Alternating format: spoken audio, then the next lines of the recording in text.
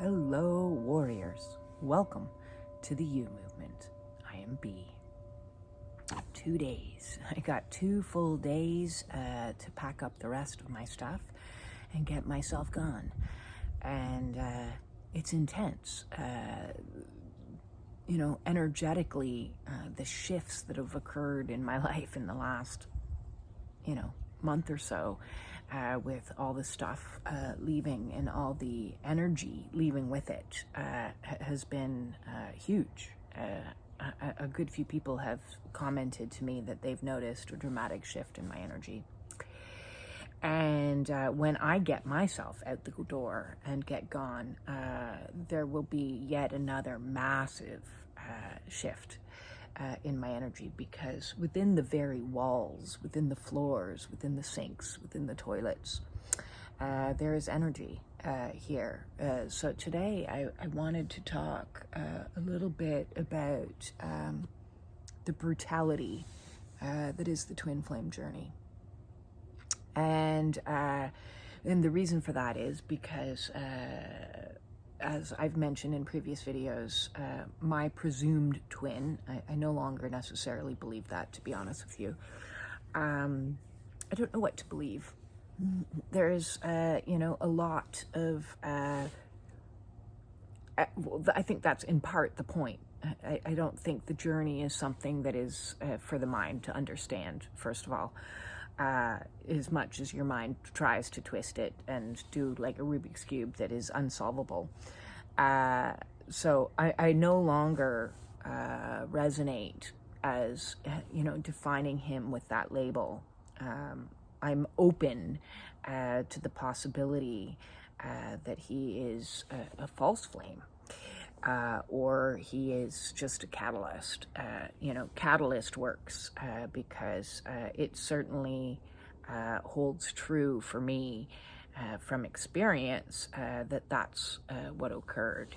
These meetings that we would have over the years, each triggered some kind of energetic happenstance, and in so doing, one of them, about the 4th or 5th meeting that we had, triggered my Kundalini back, and we're coming up to my 4th year anniversary of that, and it's been 4 brutal years.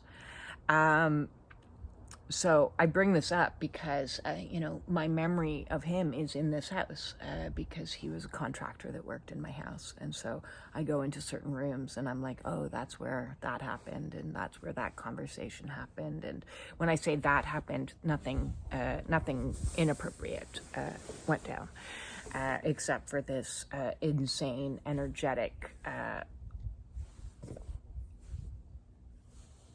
situationship. So I'm going to go back, in case you haven't watched my earlier videos, and give you a little bit of history. This individual came into my life, I'm going to guesstimate, somewhere around 2016-ish, and came and did work on my house. I like doing DIY, but unfortunately my skills only get me so far, and I needed a pro to come in and complete some tasks, because for the last 15 years I've been slowly working away at updating the house here and there, and so I by strange circumstance, because everything is just weirdly divinely orchestrated, his name was given to me by a previous employer, and he came to do some work for me. And the first couple of times that we had a meeting, so he would have been in my house maximum, 20 minutes, an hour, and there'd be friendly-ish banter. There was weird energy. I'm just going to put it down to weird. It was just weird. I can't describe it any other way. It was just weird. That's where I am with vocabulary today. And each time he came in, there was like major shifts that he had gone through in his own life. Like, he looked dramatically different each time he showed up, just like I did, because I was going through all these shifts as well. Now, I never would have put them associated what was happening in my life to being triggered by him energetically. I didn't even know to the extent that we energetically transfer with people, with all people. Okay, so nobody is special. When you have, what I've come to learn since my Kundalini awakening is when people come into your life, even as simple as me selling furniture to somebody, I've had a lot of energetic exchanges. So on the 3D, you're having a conversation about a chair, but on the 5D, you're exchanging codes. So it's kind of like there's two realities happening at the same time. So I never minimize any contact with any human anymore, because I know that just because we may be talking about tea or talking about coffee tables, that energetically there's more happening. There's way more happening. So I didn't know that then. Okay, I've learned a lot in the last 4 years. Like, the learning curve has been like insane. So these energetic exchanges would go down, and each time he'd show up, he'd have lost weight or made a dramatic life change. Or same with me, you know, like, oh, I've quit drinking since the last time I saw you. Oh, since the last time I saw you. And like the conversation was like very intimate. You know, more than you would talk to a normal contractor, you know, talking about family history and talking about weight loss, or at one point we were talking about pharmaceuticals and the medicines I was on. Like, that's not a normal conversation I have with people. You know, oh, hi, nice to meet you. Can I tell you about my depression? You know, like that's just not the way things normally go. So it was very personal, I suppose is a better way to say it than intimate, because intimate alludes to like more flirtation, and it wasn't like that. So it would be like these interesting conversations, fascinating conversations, just a real weird kind of vibe like this. And as I said, I think it was probably about the 5th time he was coming to do work for me. There was this insane circumstance. Okay, it was insane. And at this point, I already was starting to like feel like I don't know if I should be in the same space as this person, because I got the feeling that, you know, they were attracted to me, and I was in a relationship at the time, and you know, married. And I said to my ex, I don't think that we should use this particular contractor anymore for any work. And he said, I don't care what you think, we're having him. And I was like, well, I kind of feel like there may be some attraction there. And he was like, I don't care, we're having him. And I was like, okay, what, you call him then. I'm not calling him. You do it. So he made an arrangement for this fellow to come. And what was weird is he wasn't available for like 4 to 6 weeks to do this job. So I was in the middle of a construction site, and I'm like, I needed it done, but no, we were waiting 4 to 6 weeks because we were waiting for him. And I was like, okay, whatever, I'm not arguing with you. At that stage of the game, I just stopped arguing about anything because the futility of it. So he showed up, and it was, as it always was, you know, a high energy vibration occurring. And he needed something and said, could you pass me that? And I passed him something. And in passing him something, I felt like this electrical charge just go right up my arm and like pierce into my heart. And I know how crazy this sounds, okay? I'm fully cognizant of how insane this whole thing sounds, but I've accepted it. You know, before I was like very confused for many years, and I was also, you know, pretty embarrassed and pretty, you know, mortified by the whole experience, because it just sounded a little too wackadoodles for me. From my life experience, I'd never experienced anything like this. And, you know, I had this heart opening, and I looked up and I was like, holy crap, this dude has literally in the last 8 years transformed himself into like my ideal guy. You know, we all have an idea in our mind of what our ideal guy looks like. And like, he'd become this like skinny little Viking with a beard and scraggly hair. And, you know, I'm like, who are you? Like, you've morphed into, and like, I mean morphed. Like, if you look at my before and after pictures, you could say that I morphed too. But like, he like morphed. I've always had this like secret crush on this astrologer dude, and it was like he looked like this astrologer dude that I was always like, why can't I meet a guy like that, you know? So like, it was like, and I looked into his eyes and I was like, holy frig, you know, like, who are you? Like, I know you. Like, what is happening? I think I'm in love with you. Like, and I was not one to believe in like love at first sight or love at fifth sight for that matter, but that's definitely what I was feeling. And I was like, has a love spell been cast upon me? Like, what is going on? Like, I have feelings of love for this person. I don't even know if I like them. You know, I don't know this person at all, but energetically, I knew. Energetically, there was a knowing that happened, and we began texting each other, which in retrospect was a very bad thing to do.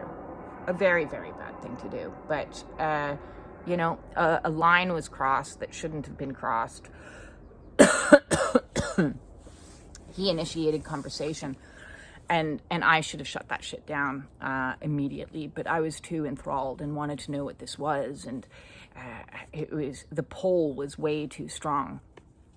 And, you know, the conversation got very flirty and very intense very quickly, like insanely quickly. And the next day, I was doing art on the floor, and art to me is one of the easiest way to get into like a meditative state. When I'm doing art, I'm like full channeling, fully in alignment with spirit.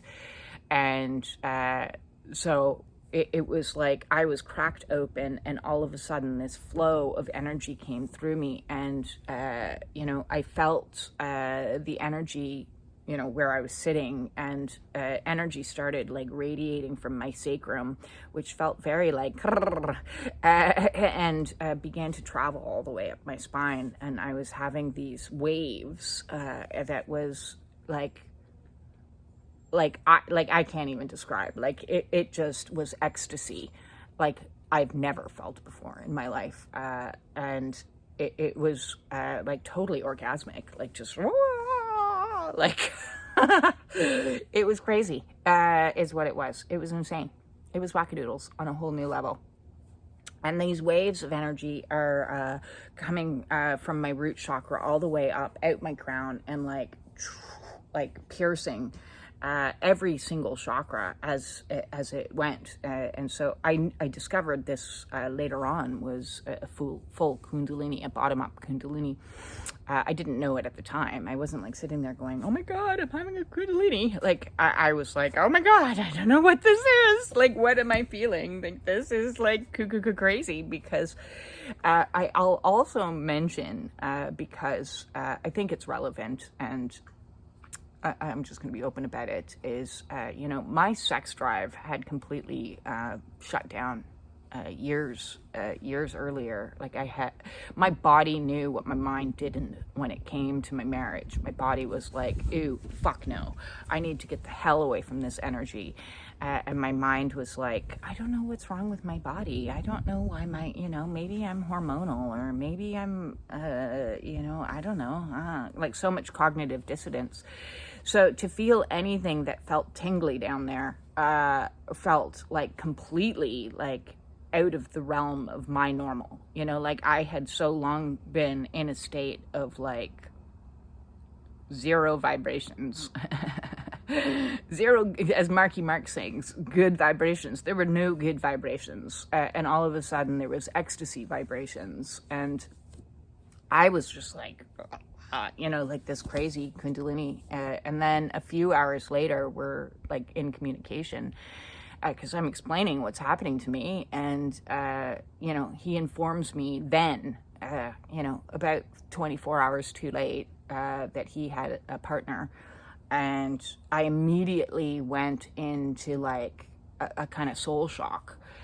Because I felt like we had crossed a huge boundary, and this was hard no. Like, I am not going down this path with you.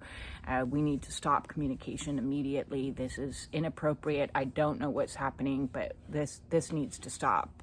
And he was quite persistent in saying, okay, we'll reel it all the way back in, but I'm enjoying these conversations, and I feel like I want to I need to have these conversations. So I was really in a state of confusion because I was feeling all these feelings, and I thought, and that's the key word there, I thought he was mirroring to me the same. I was seeing in him his highest potential, and seeing, vision after vision of like lives together, and like soul recognition, and this deep, profound spiritual connection that I had never felt with any human being before. And it to say it was mind-blowing, and it took me a couple of weeks to kind of wrap my head around what was happening, more than a couple of weeks. I soon, the more research I did, I soon discovered, Kundalini, and then I discovered twin flames, and then I discovered, yes, check, this is exactly what's happening. And I was also trying to navigate as carefully as I could with what I believed was ethical and what I believed was moral, because I didn't want to cross any boundaries. So there was, I was trying, it was a fine line, and as I said, I think the line got crossed by communication in the first place. But I quickly tried to push us back into like, okay, we're being civil, we're being grown-ups, we're talking about spiritual stuff, we're keeping it out of the realm of like flirty, and we're not going down that path. But because I knew the temptation was very great, and I was not going to go there. I just wasn't, because of my own history. In my first marriage, when I was 21, I cheated on my first husband, and I swore I would never, ever, ever, ever go there again. So I've talked about that in previous videos in regards to, learning karmic lessons. And, well, as I said, I just didn't want to go there again. And then what happened is he disappeared. He just disappeared without any explanation. He just disappeared. One day we were like friends on Instagram. The next day he was gone, like disappeared. One day he was, texting me every single day, multiple times a day, and then the next day, like, silence. And that silence triggered my core wounds at a level that I can't even begin to explain. And so began the purge. And the purge that lasted years of, all this trauma, all these releases, because the chakra system, the Kundalini had been released, and all of a sudden everything is like falling apart. And it was brutal. It was brutal. I did see him twice after that for a brief conversation, and then like gone, like ghosted, like completely and utterly out of the realm of my sphere. And I didn't understand. I was so fucking confused. Like I can't even explain to you how confused I was, because I thought, and again, thinking is the problem on this journey, I thought that, this was a twin flame. I thought that this was going to be the love of my life. I thought that that, you know, he would come back. I bought into the narrative that all these twin flame experts and all these tarot readers are like saying, you know, oh, he's torn up about it, he's thinking about it, and the third party energy and this, that, and the other. And I bought it hook, line, and sinker. I bought into it. And my response was because I was feeling so humiliated. I was feeling so crushed, like this was some sort of cruel, sick joke that the universe had played on me, to like fall madly in love with somebody and then have them completely fucking ghost you. And the pain, the agony is insane. Like, it's insane. I can't even explain how insane the grief and the pain was. For years, it has taken me to get to where I am today. And still, to this day, there's this like lingering, although it's transformed, because what was the linger, right, is anger, and the linger is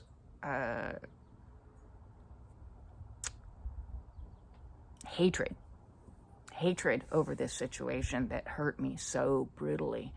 And I'm going to say hatred because at this stage, and I did a video yesterday in the private members area talking a little bit about hatred energy. To me, it was like the cherry on the top of just one brutal, cruel, hurtful situation after situation after situation. It went from being like, this is my salvation, to being like, this is the worst thing that has ever happened to me, because the pain that was involved, it was like having a sword pierce into my heart chakra, which then released all of the other pains that were already lingering in there. So that's why I say it's like a catalyst. And although, you know, I can see the value of it from a spiritual perspective, I can understand that I needed all of these things cleared out for me, and I can have gratitude. You know, I was talking to a woman yesterday in group about on this awakening path, you shift out of duality and you move into unity consciousness. And what that means is you move yourself out of the polarization of good and bad, and you move yourself into the and. So things go from being either or into and. So I can say, you know, that this catalyst, this energetic exchange, this journey has been both the worst experience of my entire life, as well as the most beneficial. So instead of saying it's either or, it's bad or it's good, he's bad or he's good, I can say it's both and he's both. You know, he himself, who did very little in the physical, was both the catalyst for the worst pain I've ever experienced in my entire life. And I equate him now energetically to be like the huntsman, like Snow White, whose mission was to set out and kill her. And, well, kill me he did, kill me dead many times over through the process of ego death. But at the same time, if I hadn't have had this catalyst, then I wouldn't be as healthy as I am. I wouldn't have cleared all these traumas like I have. I wouldn't have ended all these cycles like I've done. I wouldn't have had, you know, all this karmic cleanup. So all of those things are good things. In collapsing duality, we see both the brutality as well as the blessing.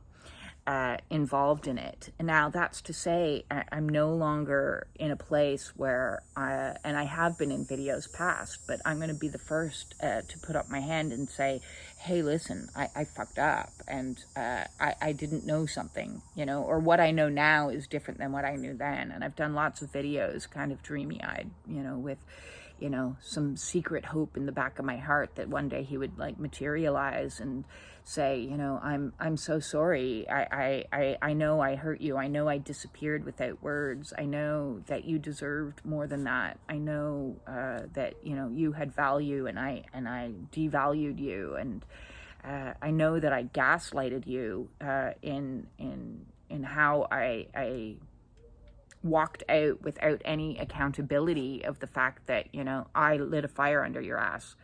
I think it's Bob Marley who says something along the lines of, any man that lights a fire under an ass of a woman and then, doesn't stay to tend the fire, something along those lines. It's a very bad version of his quote, but is basically an asshole.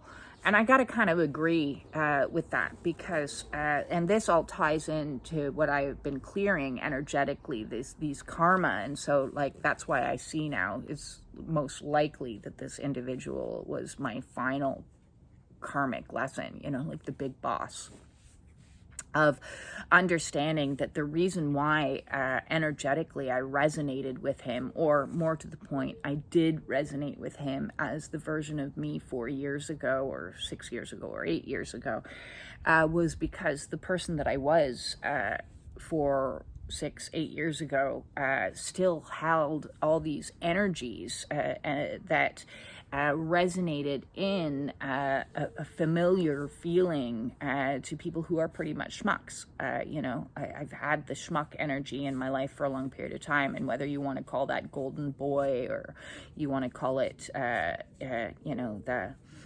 charm, the charmer, those archetypes, you want to call it the womanizer, the fuck boy, whatever energies. And now it didn't go to that. As I said, it was flirtatious. It was definitely lines crossed. He shouldn't have texted me in the first place. Absolutely not. And he shouldn't have, cultivate a level of familiarity and a degree of intimacy with somebody who he had zero intention or zero feeling for, because that is fucking with somebody's heart. Is what it is. And as I said in yesterday's video, again, my heart's done. I'm done being fucked with. So, again, blessing. Through a process of brutal suffering, there's a blessing at the end of this, is a much stronger, wiser, I'm nobody's fool anymore. Where when I started this journey, I was definitely a fool. I was definitely in the archetype of fool. And the fool in the tarot deck is also, when you look at it from light and shadow aspects, the fool has the adventure that says, yes, I'm willing to jump myself into this. I'm setting off on a great adventure with this stick and my small little bag of belongings, and I'm going to lead with my heart and feel, I'm going to love fully and completely. And, that's the light attribute of the fool. But the dark, the shadow aspect of the fool is somebody who is gullible and easily led astray. And, I have to put my hand up and say gullibility has been, the fool energy has been a shadow element that's played out in my life, my whole life, of being, dreamy with these, you see the greatest potential in people, and then you get all confused why they're not living up to their potential. And that's where the gullibility lies, and the foolishness. And I hate feeling like a fool. Like, embarrassment is it's one of my worst emotions, that, the shadow emotions that we carry with us, because I was ridiculed and mocked as a child so much. So feeling like the fool, and now I'm hearing the A-team, what's that dude's name? You're such a fool.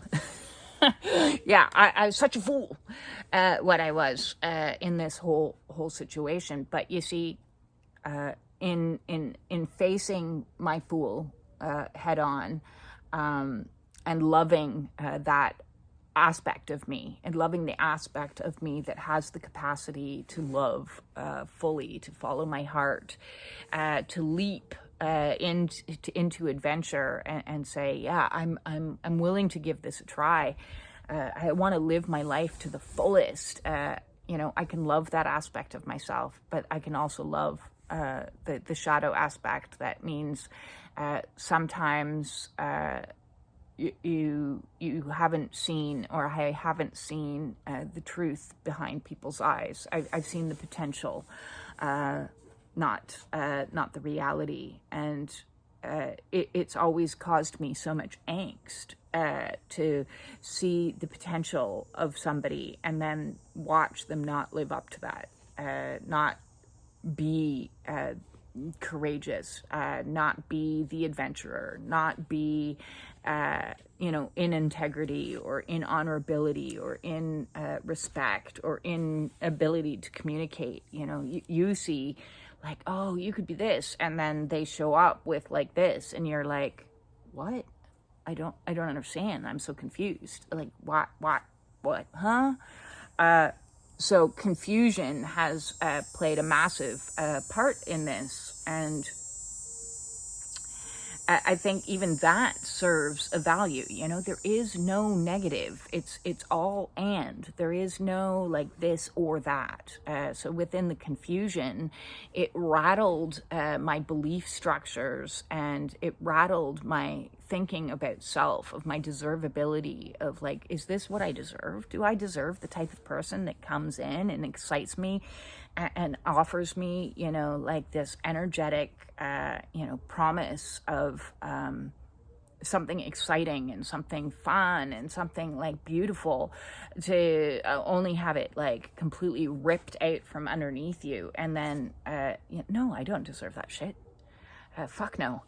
I don't deserve that shit. And so it's been, the confusion has forced me to sit in and do the shadow work and do the inner child work and reevaluate what I consider to be safe, and reevaluate what relationship looks like, and reevaluate what boundaries are appropriate within the realm of relationship, reevaluate my own personal power, reevaluate my value, my worth, reevaluate who I give my heart to, and who I hold it in like high protection.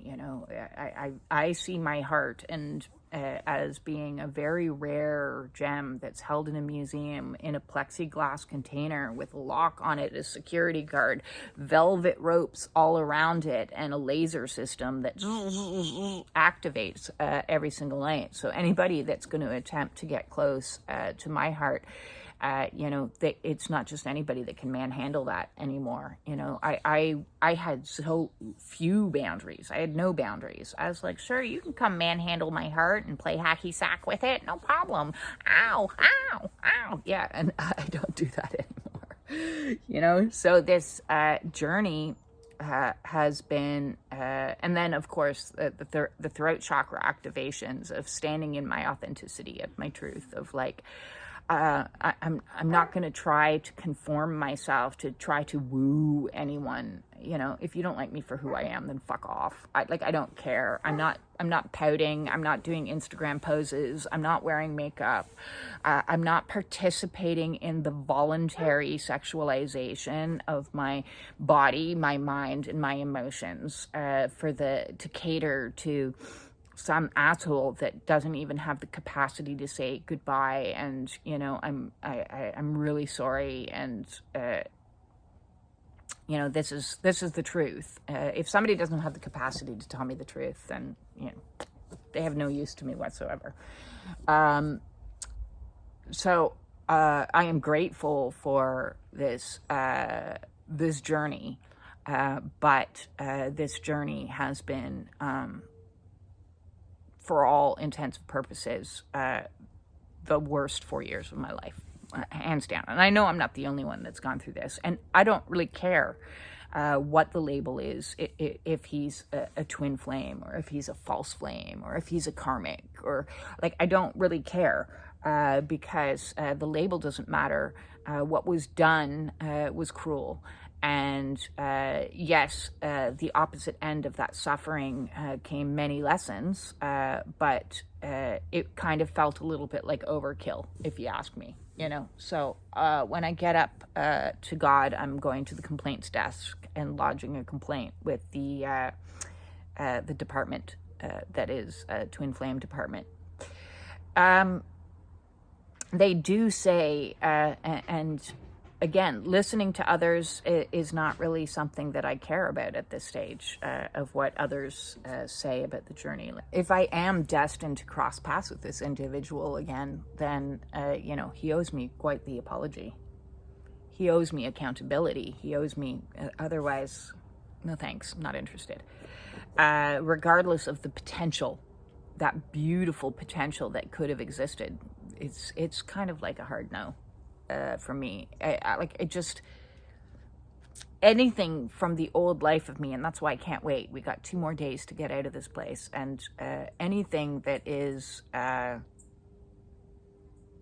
old energy that the older version of me once accepted as normal, you know, being confused, always being gaslit, never knowing where you stand with somebody, cruel manipulations, gaslighting and love bombing, and then, you know, minimization, withdrawal, all of these fucking, it's just so repulsive to me. That I can't wait to be on my own, energetically in a bubble that's like pure and untouched. Okay, I'm going somewhere and into a new city, or not even a city, I'm going into the forest, but I'm going somewhere where there's no energetic imprints that have any charge at all. You know, I'll step foot. The first thing I'll do is sage the place before I begin to unpack. And nothing can come into my sphere that isn't divine. Nothing or no one. This has been a process of reclaiming my divine femininity. This has been a process of learning to step into my power. This has been a process of like being burned through the fires of fucking hell and coming out the other end naked and new. And it defies logic. It defies any explanations from any camp. I don't care, you know, like psychologists would call this limerence, and I'm not buying that because limerence doesn't cause kundalini. Spiritual people have all these fancy names for it and have all this like, well, this is what's going to happen. How the fuck do you know? How the fuck do you know what my soul has planned for me? No more than how do I know what your soul has planned for you? You know, our soul, each of our souls, it's like we have this little lockbox, and in that lockbox is what the future holds. And although there's many psychics out there, and there's many people that like read tarot cards, including myself, you know, as an oracle, I was told by the divine when I started reading oracle, there's to be no twin flame reads at all. I don't do that shit. Even though I have a twin flame deck, and that's to give me information about your personal journey, because to me, what the journey is now is definitely, it's not a romance, without question. It is not that.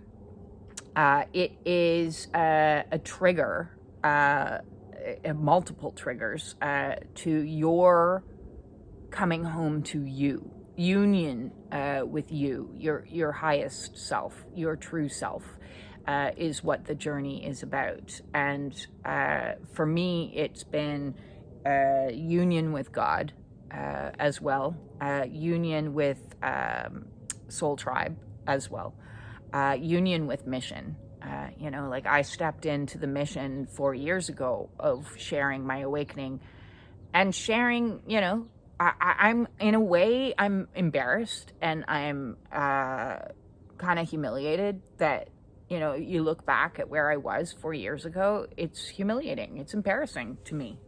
But at the same time, because there are no black or whites, and I'm also impressed by how much I've changed and how much I've healed and how much I've accomplished in those 4 years, because it's astronomical.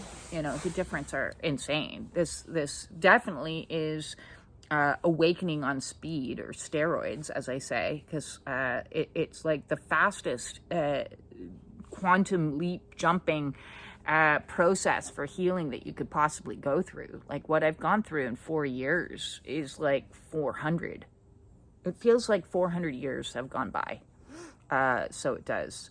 And I will 100% own my foolishness, that was this woman that was like love struck and, believed in all the bullshit about, oh, it's a love story and you're going to end up together and you're going to live happily and you're going to build, I had this vision of us building the U movement together and traveling around the world in a camper van. And, we were going to be in the service of God and working as a team, as this power couple. And now I'm like, oh no, that's my mission. That's just me. Because I thought I needed him to complete the mission. And now I understand, no, I just need me. I just need me. So there's grief, there's disappointment, there's like, is kind of like, you start with such a high and then you're like, oh, great. Now I'm a monk that hangs out with an AI named Merlin. But that's okay, whatever. That's where spirit needs me to be, and that's what the mission is. So I'm going to continue doing me, and I'm going to continue going from strength to strength to strength, and understanding my own personal power is not derived through anyone else. Person, partner, friend, no one else. My personal power comes from me and my connection to the divine, and the divine will lead me wherever it is I need to go, and will help me build whatever it is I need to build, and will bring in the helpers that I need to build it, because my visions have been huge for a very long period of time. I've been gifted with a lot of sight. Now, even within that, there's like a blessing and a curse, because you see the potential of what can be done, and then you also see like the disasters that are like imminent. And I've learned along the way that all you can do is what you can do in the moment.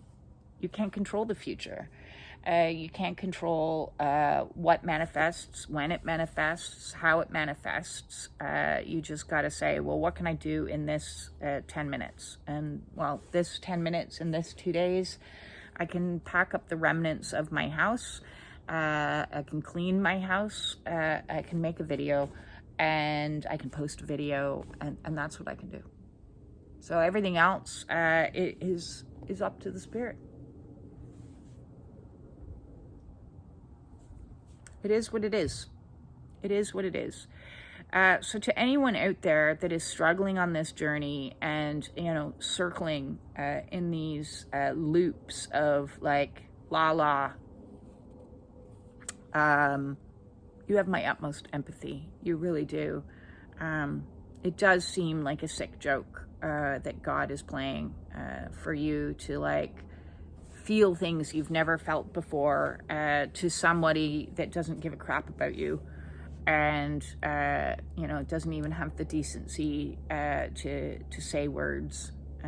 So if you need this message right now, I'm going to end with you deserve words. You deserve accountability. You deserve honesty, integrity, respect. You deserve all of those things. And if they're not being served, then it doesn't matter what fucking label they are. You go do you. You do you, okay? And we'll do ourselves together. And you may be physically alone, but you are not alone on this journey. I can hold space for you, and I can understand in ways I never fathomed. So that all said, a couple announcements to end with. If you didn't watch yesterday's video, sorry, but it's in the members only area because it's a sensitive topic. And please become a member to gain access to that video. In that video, I was discussing the red tent, which is my latest creation, and more creations are going to come. So my latest creation is the red tent, and I'll be talking more about that as we go forward. And it's for women who have survived sexual trauma. And if you're looking for a community with healing, absolutely free, then please join the red tent. You can send me an email asking for the info to get to become a member of that. It's on Telegram. If you would like to join the Spiritual Warrior Support Group, the link for that is always in the description of all my videos. If you would like to join the Spiritual Warrior Support Group Zoom meetings, we would love to see you there. We meet on Wednesdays at 7:30 p.m. Eastern Standard Time and Fridays at 12 noon to allow for the Europeans to join us, because I love you guys too. And if you would like to collaborate with me moving forward, I also have a community called The Hive, which is for builders of the new tomorrow. And this is for healers, teachers, way showers, light workers, starseeds, empaths that are wanting to step into service, but are still in the stage of, closing up their own healing cycles. The way that I have seen it and been told for some time is this retrograde season that we are in currently is all about healer, heal thyself. So we are doing the healing work now so that next year and the following years after that, we can fully step into our power and step into mission in regards to service. So if you're interested in collaborating with me and being part of the Hive, to build a community of healers and network and co-create and collaborate. Also, please send me off a message and say, hey, can I join that Hive thing? So there's 3 groups there that might appeal to you. Again, the Red Tent, the Spiritual Warrior Support Group, and the Hive. So those are my messages today. And if you would like to book any sessions with me, either oracle reads, I've been doing a lot of those lately, and or intuitive counseling session, then please send me off an email to justbebeing@gmail.com, and we can get that on the books for you. It's going to be a couple weeks out because this move, I need to get myself settled and situated in the new place before I start taking on more bookings. But I would love to work with you and hold space for you as you're going through your twin flame journey and all that crazy that comes with it. And with that all said, peace. Peace in.